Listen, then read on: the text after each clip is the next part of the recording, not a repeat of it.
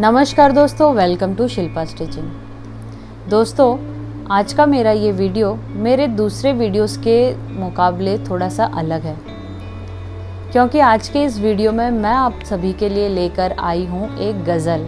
जी हाँ, बिल्कुल सही सुना आप सभी ने, एक गज़ल। ये गज़ल मेरे 8th स्टैंडर्ड के बच्चों को मैंने पढ़ाई थी।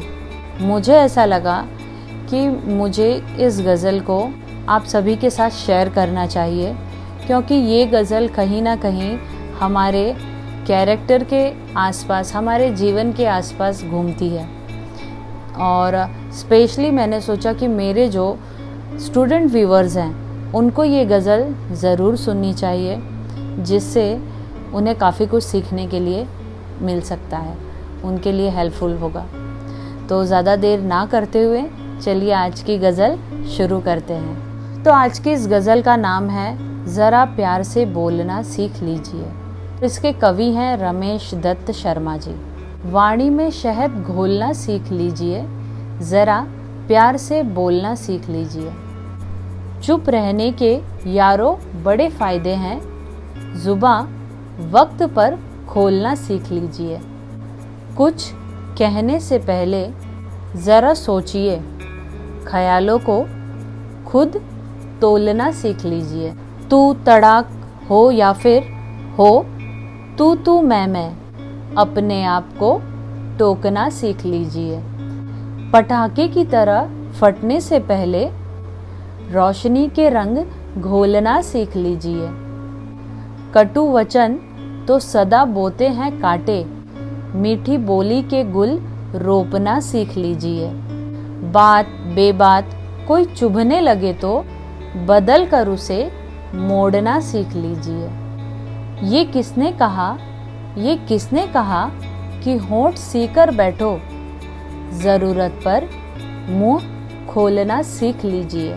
गज़ल की एक्सप्लेनेशन में शुरू करूंगी। मुझे ये गज़ल बहुत पसंद है, क्योंकि ये हमारे व्यक्तित्व के, हमारे जीवन के इर्द गिर्द घूमती है। गज़ल की इन पंक्तियों में कहीं ना कहीं आप खुद को पाएंगे, तो इसे ध्यान से ज़रूर सुनिए। वाणी, अपने शब्दों में वाणी में शहद घोलना सीख लीजिए, ज़रा प्यार से बोलना सीख लीजिए।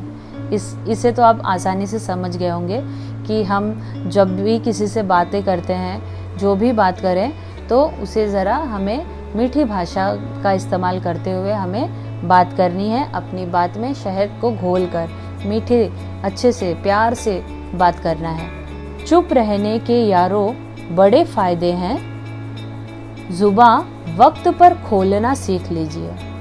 कभी कभी क्या होता है, ये पंक्ति मुझे बहुत पसंद है। कभी कभी क्या होता है कि हम बस, आपने ऐसे बहुत सारे लोगों को देखा होगा कि जो जहाँ ज़रूरत नहीं होती वहाँ भी बड़बड़ लगे रहते हैं। तो हमें, अगर आप वैसे हैं तो आपको अपनी इस आदत को बदलना है। आपको बिना बात के बड़बड़ नहीं करनी है, जहाँ ज़रूरत है वहीं बात करनी है। कुछ कहने के पहले ज़रा सोचिए। कुछ भी कहने से पहले हमें सोचना चाहिए और फिर उसका जवाब देना चाहिए, उत्तर देना चाहिए। ठीक है। ख्यालों को खुद तोलना सीख लीजिए। इसका मतलब यह है कि बोलने से पहले, रिएक्शन देने से पहले हमें 1 सेकंड के लिए, 1 पल के लिए सोच लेना चाहिए कि मेरे इस एक्शन का क्या रिएक्शन होगा। तू तड़ाक हो या फिर हो तू मैं, अपने आप को टोकना सीख लीजिए। ठीक है। इसका मतलब यह है कि आपके साथ ऐसा कभी हुआ होगा कि कहीं भी आप कुछ सिचुएशन के कारण, ऐसी सिचुएशन होती है कि हम तू मैं पे आ जाते हैं कि नहीं, मैं हूँ, तू है, देख लूँगा, ये कर लूँगा, वो कर दूँगा। तो इन सब से हमें अपने आप को बचाना है, रोकना है। ठीक है। अगर मतलब इन शॉर्ट इसका मतलब ये है कि आपको अपने गुस्से पर कंट्रोल करना है, अपनी वाणी पर, अपने शब्दों को नियंत्रित रखना है, उस पर कंट्रोल करना है। मैं तू मैं नहीं करनी है। और अगर आपकी सिचुएशन ऐसी बन रही है कि नहीं, या आपको बहुत गुस्सा आ रहा है तो, लेकिन अब आपको वहाँ अपने आप को टोकना होगा। वहाँ पर आपको कूदना नहीं है, अपने आप को टोकना है। स्पेशली ये बात मैं आज की जनरेशन के बच्चों से कह रही हूँ, वो इसलिए क्योंकि आज के बच्चों में पेशेंस बहुत ही कम हो गया है और उन्हें गुस्सा बहुत जल्दी आ जाता है। वो क्या कह रहे हैं, वो सुनते तो नहीं हैं अच्छे से, लेकिन वो क्या कह रहे हैं, क्यों कह रहे हैं, उन्हें कुछ नहीं पता। तो बच्चों आप समझे, आपको तू मैं में नहीं पढ़ना है। अगर तू मैं वाली सिचुएशन बन रही है, परिस्थिति बन रही है, तो आपको अपने बुद्धिमत्ता से, आपके इंटेलिजेंस से, आपकी बुद्धि का उपयोग करके उस परिस्थिति से बचना है, अपने आप को रोकना है, टोकना है और वहाँ से निकल जाना है। पटाखे की तरह, पटाखा फटता है ना, बम, ब्लास्ट हो जाता है सब, तो हमें पटाखे की तरह फटने से पहले रोशनी के रंग घोलना सीख लीजिए। हमें कहीं भी पटाखे की तरह फटना नहीं है और सिचुएशन को और भी ब्लास्ट नहीं कर देना है। उससे पहले हमको उस सिचुएशन को संभालते हुए शांति से वहाँ से हट जाना है।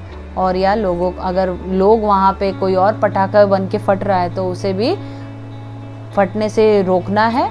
और रोशनी के मतलब हंसी खुशी के, अगर आप देखते हैं कि हाँ सिचुएशन बिगड़ने वाली है तो आपको उस सिचुएशन को संभालने की कोशिश करनी है, ना कि वहाँ पे ब्लास्ट करना है। कटु वचन, कड़ुए वचन, कटु वचन तो सदा बोते हैं कांटे, मीठी बोली के गुल रोपना सीख लीजिए। कड़ुए वचन, तीखे वचन, जिसे हम टोंट कहते हैं, कोई हमें टोंट मार देता है तो हम बहुत एग्रेसिव हो जाते हैं, गुस्सा हो जाता है, उसने मुझे ऐसे कैसे कह दिया, उसकी हिम्मत कैसे हुई। तो हमें कटु वचन ना कहने हैं, और अगर कोई कह भी रहा है तो उसे सुनना नहीं है, आगे निकल जाना है। और कहना तो बिल्कुल भी नहीं है, क्योंकि उससे हमारी ही पर्सनैलिटी ख़राब होती है, जैसा कि मैंने आपको मेरे पहले वीडियोज़ में बताया है। ना किसी को अब्यूज़ करें, ना गलत शब्दों का इस्तेमाल करें जिससे आपकी ही भाषा ख़राब हो। ऐसे शब्दों का इस्तेमाल हमें नहीं करना है और अपनी पर्सनालिटी का ध्यान देते हुए हमें आगे बढ़ते रहना है। मीठी बोली के गुल रोपना सीख लीजिए। हमेशा मीठी भाषा, अच्छे शब्दों का इस्तेमाल करना सीखिए, जिससे आपके व्यक्तित्व, आपकी पर्सनालिटी में इम्प्रूवमेंट होगा। बात बेबात कोई चुभने लगे तो उसे बदलकर मोड़ना सीख लीजिए।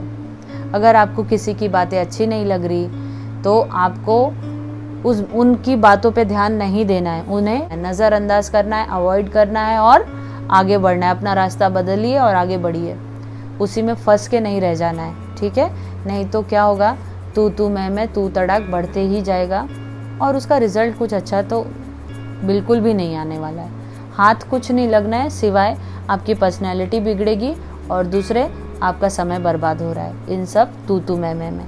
ये किसने कहा, होंठ सीख कर बैठो, ज़रूरत पे मुंह खोलना सीख लीजिए।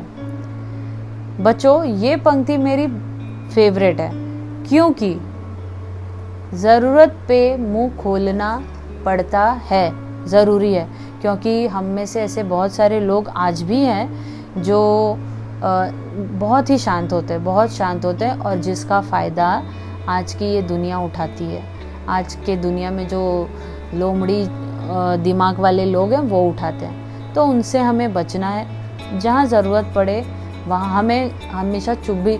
यहाँ पर कवि ये भी कह रहे हैं, रमेश दत्त जी ये भी कह रहे हैं कि हमें मीठी भाषा का उपयोग तो करना ही है, अच्छे से बात करनी है, मीठी वाणी का उपयोग करना है, लेकिन वो ये भी कह रहे हैं कि अगर ज़रूरत पड़े तो आप अपनी आवाज़ को ऊंचा भी कर सकते हैं। आपको वहाँ चुप नहीं बैठना, वरना अगर आप ज़रूरत पड़ने पर चुप बैठते हैं तो आप सबसे बड़ी गलती कर रहे हैं। इससे जो सामने वाला इंसान है, व्यक्ति है, वो आपको बहुत ज़्यादा कमज़ोर समझेगा और वो आगे लाइफ में आपका मिसयूज़ भी कर सकता है, आपको हमेशा नीचे डाउन करके ही रखेगा।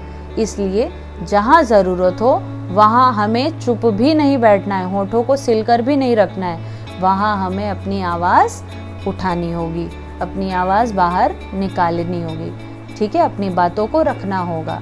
तो ये थी आज की गज़ल, ज़रा प्यार से बोलना सीख लीजिए।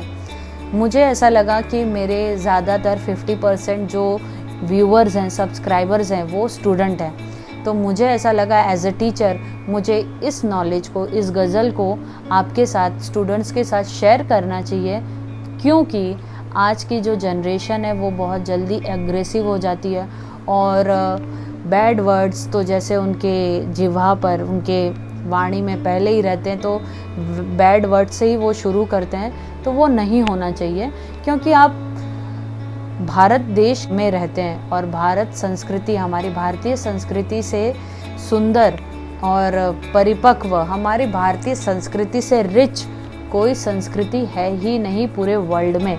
और हमारे भारत देश को भी हमारी संस्कृति सभ्यता के लिए ही जाना जाता है। तो बच्चों, हमारे भारत देश की जो संस्कृति सभ्यता को संभालने की जिम्मेदारी है वो आप ही के कंधों पर है, क्योंकि आप आने वाली जनरेशन है। तो इसलिए हमें अपने कैरेक्टर का, अपनी संस्कृति का, अपनी वाणी का, सबका पूरे अच्छे तरीके से ध्यान रखते हुए ही बिहेव करना है और अपने भारत को, अपने भारत देश को खूब आगे ले जाना है। जैसे सदियों से हमारा देश हमारी संस्कृति के लिए जाना जाता है, उसे ऐसे ही आगे कायम रखना है। आज का ये वीडियो आपको कैसा लगा मुझे ज़रूर बताइए, और अगर आप चाहते हैं कि मैं अब इस तरीके से ही नॉलेजेबल वीडियो लाऊं तो मुझे कमेंट करके ज़रूर बताइए और अपना प्यार और सपोर्ट इसी तरह बनाए रखिए। मिलते हैं अगले वीडियो में, तब तक के लिए राधे राधे, जय हिंद।